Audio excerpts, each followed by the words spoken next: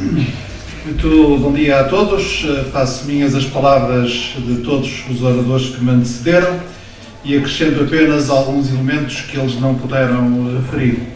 O primeiro gostaria de agradecer publicamente o enorme trabalho que o Secretário de Estado das Comunidades Portuguesas tem realizado em prol das comunidades e especificamente no lançamento e na realização destes encontros dos investidores da diáspora.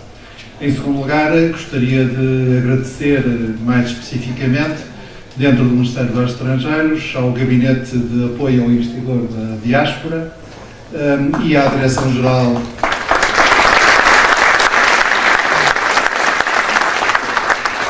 dos Assuntos Consulares e das Comunidades Portuguesas que montaram na prática este encontro. Costumo sempre dizer, e é uma verdade pura, que por mais claras que sejam as orientações políticas e por mais inspiradoras que sejam as palavras dos responsáveis políticos, são os serviços, é a administração, são os técnicos, os funcionários, que na prática fazem ou não que as coisas se mexam e, neste caso, as coisas mexem-se e, portanto, esta palavra é-lhes devida. Em terceiro lugar, gostaria de agradecer à Câmara Municipal de Viana do Castelo, ao Sr. Presidente, a todos os autarcas da comunidade intermunicipal do Alto Minho, porque também este encontro não se realizaria nas condições em que se realiza, tão excelentes, sem o empenhamento, a liderança e a dedicação das autarquias.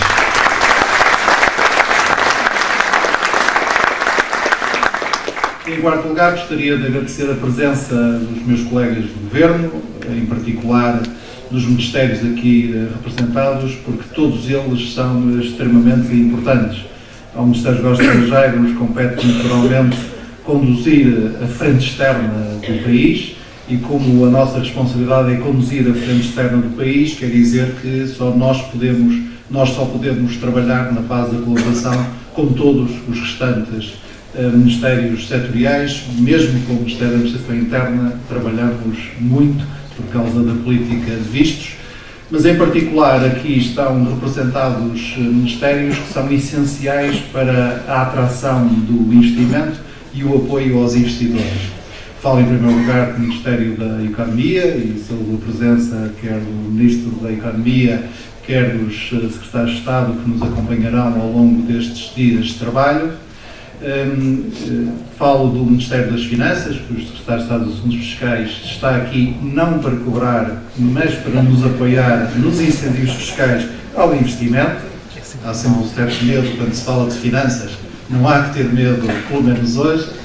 E também o Ministério do Trabalho e Segurança Social, visto que o apoio que o Instituto de Emprego e o Instituto de Segurança Social nos dão é também muito importante quando se trata de formar decisões tão relevantes como onde vamos aplicar as nossas poupanças, onde vamos realizar os nossos investimentos. Je voudrais aussi saluer la présence du maire de Bordeaux. C'est très important la présence de nos amis français et soyez le bienvenu. Queria depois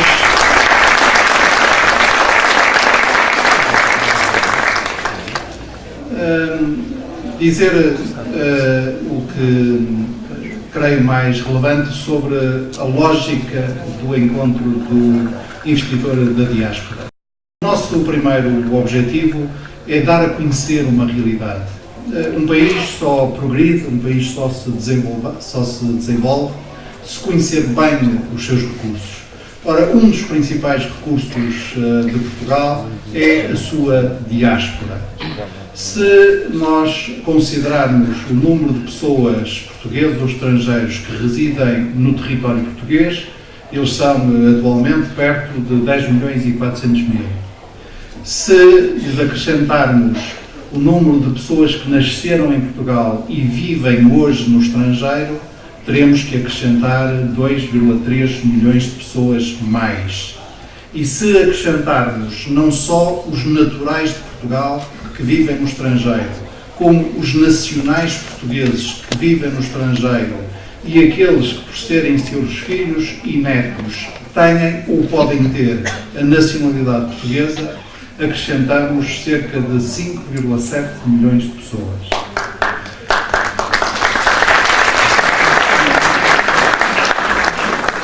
Isto quer dizer que, para todos os efeitos, nós somos 16 milhões e que 1 em cada 3 de nós vive no estrangeiro. Este é um recurso absolutamente essencial para o país. Evidentemente que sei que, se acrescentarmos todos os outros que falam a nossa língua e partilham connosco a língua portuguesa, nós teremos pelo menos 260 milhões de pessoas no mundo, mas hoje quero concentrar-me sobre os 16 milhões de nacionais portugueses e desses, aquele terço que vive fora do país. Porque esses que vivem fora do país vivem, na nossa mais recente estimativa, em 178 países diferentes do mundo.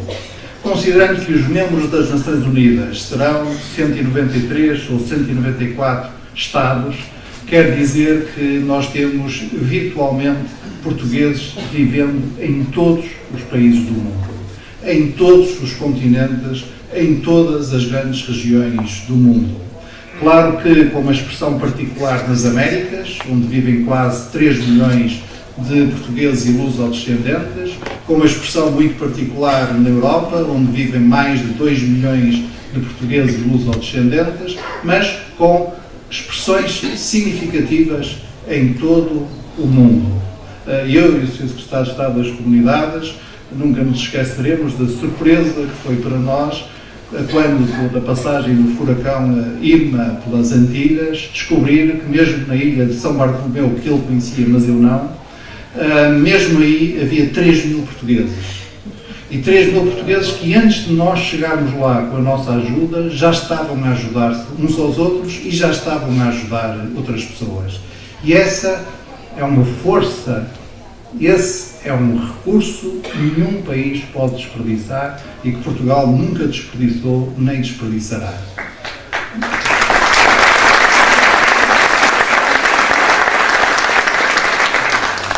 Depois, para servir estas pessoas, nós temos uma rede consular que é uma das redes mais vastas dos países da União Europeia.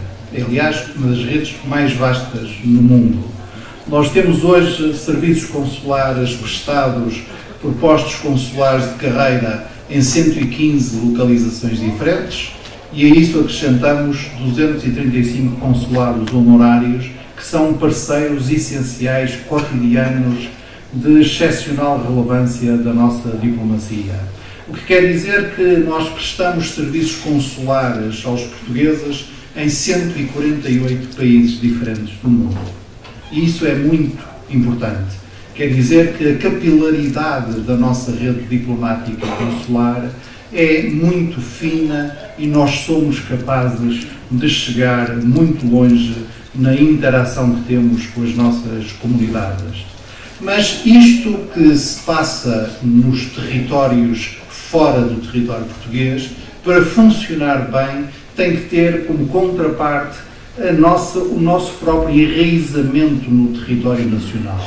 Porque os imigrantes que partiram, os imigrantes que regressaram, os imigrantes que estão num vai e vem por férias, cada vez mais por estudos ou mobilidade entre Portugal e o estrangeiro, precisam de ter também âncoras no território, o mais perto possível das suas terras de origem e das suas localidades de referência, que os apoiem enquanto eles estão no estrangeiro, que os apoiem no seu retorno.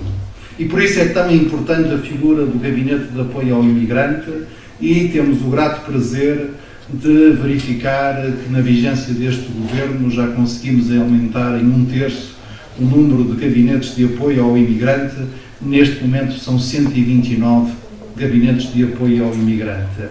No continente e nas regiões autónomas, ao nível dos municípios e ao nível de freguesias.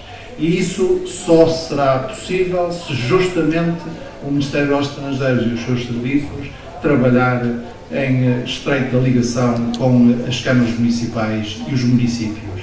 As comunidades portuguesas não são apenas uma matéria de política externa portuguesa. as comunidades portuguesas são uma matéria do país como um todo, de todas as suas regiões, de todas as suas autarquias locais. Mas, por outro lado, esta grande massa que são os portugueses que residem no estrangeiro é uma massa orgânica, viva, dinâmica, que se organiza, que se associa, que inova e que atua. E por isso é muito importante conhecermos a rede que faz viva esta grande massa das comunidades portuguesas residentes no estrangeiro. Os conselhos, aqueles que os representam. Desde logo, o Presidente da República, que é eleito também pelos portugueses residentes no estrangeiro, e a Assembleia da República, que é eleita também pelos portugueses que residem no estrangeiro. E por isso é tão importante a ação e a presença nestes encontros dos senhores deputados eleitos pelos círculos da Europa e de fora da Europa. Depois, os conselhos que dão consistência orgânica à representação dos imigrantes e que nos ajudam no desenvolvimento da nossa política. Máxima o Conselho das Comunidades Portuguesas e todos os seus conselheiros e conselheiras, mas também o Conselho da Diáspora e as outras redes federativas que se vão organizando. As associações, o riquíssimo movimento associativo que dá pujança aos imigrantes, às comunidades. Associações recreativas, associações culturais, associações económicas, associações de interesses, tudo isso que torna o movimento associativo das comunidades tão vibrante. As câmaras de comércio e indústria, o Gabinete de Apoio ao Instituto da Diáspora registra neste momento 60 câmaras de comércio ativas um pouco por todo o mundo.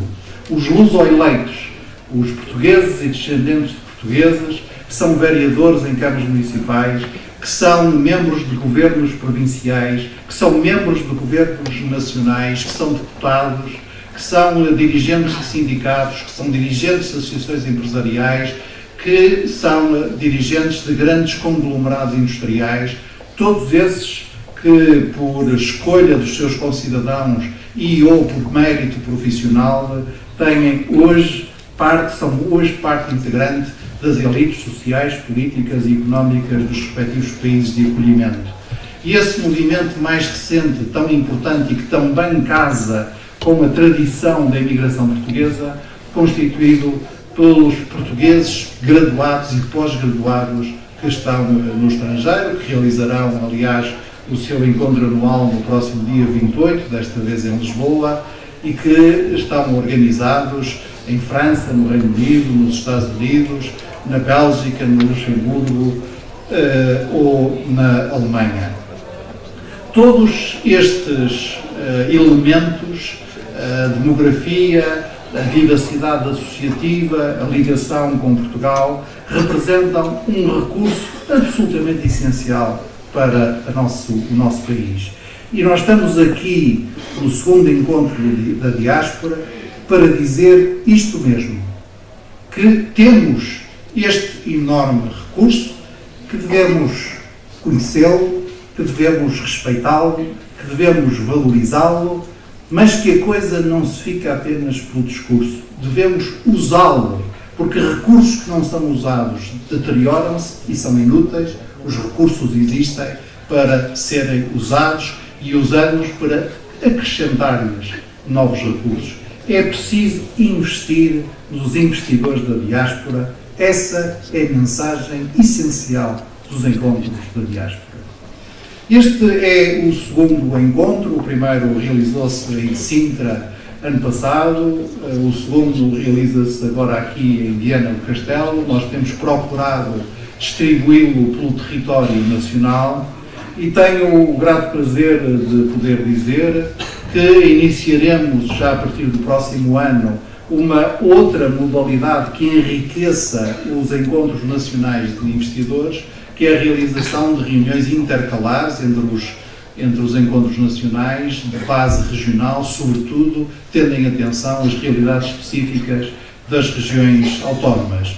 Começaremos no próximo ano pelos Açores, agradecendo e aproveitando a oportunidade para agradecer publicamente a disponibilidade e o interesse do Governo Regional do Estado.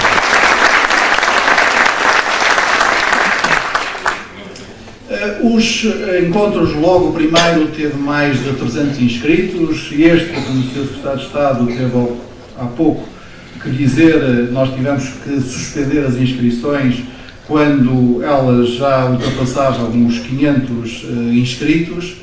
Estes encontros são momentos para valorizar os investidores, são momentos para se conhecerem uns aos outros, mas não são apenas isso, são, e sobretudo, momentos de trabalho. Que dois trabalhos essenciais nos esperam nestes 2 dias? Em primeiro lugar, o primeiro trabalho é um trabalho de informação. Quer nas sessões aqui, quer lá fora, os diferentes serviços e organismos públicos têm o dever de informar os potenciais investidores e os investidores de quais são os apoios, os incentivos e também as regras que se lhes aplicam ou que se lhes podem aplicar.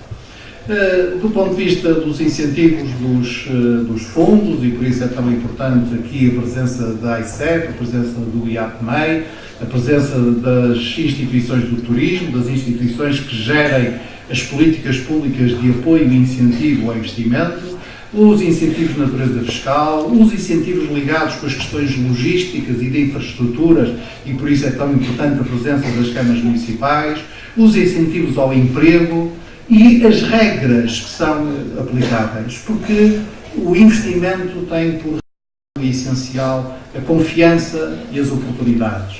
Nós temos território, precisamos de ter inovação nesse território, em todo o território, e o investimento oriundo da diáspora é decisivo para esse fim. Portanto, primeiro trabalho, o nosso dever de informação.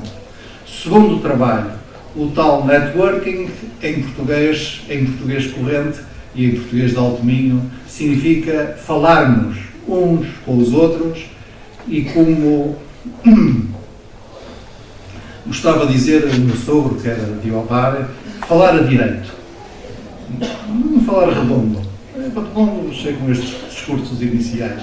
Falar a direito, isto é, os investidores contactarem uns com os outros, os investidores contactarem com os técnicos e funcionários dos serviços, das câmaras municipais, realizar, antever, antecipar, preparar, pensar, imaginar parcerias, contactos. É esse momento de contacto que também o encontro do investidor quer proporcionar.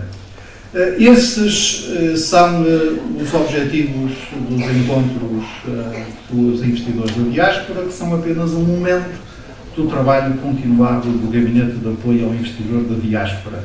Nós temos neste momento já identificado uma base de micro, pequenas e médias empresas constituídas por portugueses ou luso-descendentes residentes no estrangeiro. Essa base excede as 5.000 pequenas, pequenas e médias empresas.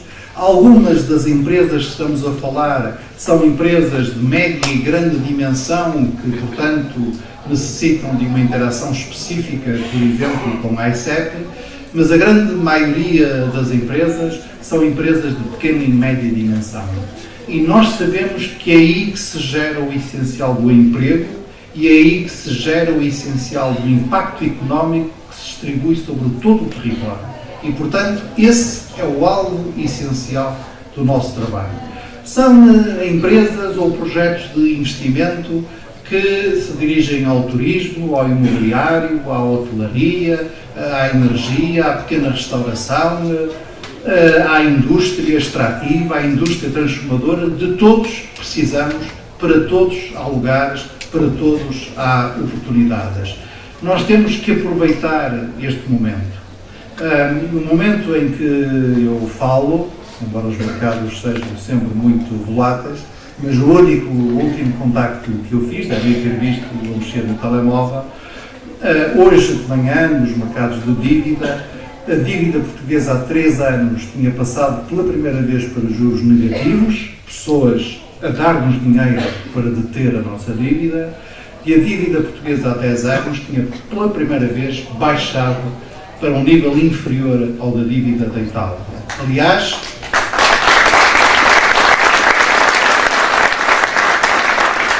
A redução da taxa da dívida portuguesa está hoje de manhã a arrastar em baixa a taxa de dívida da Espanha e da Itália.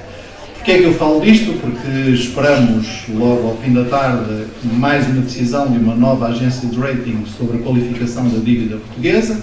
Como veem, o mercado está a antecipar boas notícias e este é apenas um indicador que me permitia juntar a todos aqueles que o Sr. Ministro da Economia já falou, para mostrar que nós estamos num bom momento. E o que nós devemos fazer quando estamos num bom momento não é deitar-nos à sombra dele, porque os momentos não são guarda-sóis, mas sim aproveitá-lo para transformá-lo em mais do que um momento, para transformá-lo num processo, para transformá-lo numa estrutura, para transformá-lo num contexto duradouro. Para isso contamos com todos, mas aqui contamos especialmente com todos aqueles que já mostraram noutras circunstâncias como com trabalho e talento se cria riqueza. Os investidores da diáspora. Bom trabalho.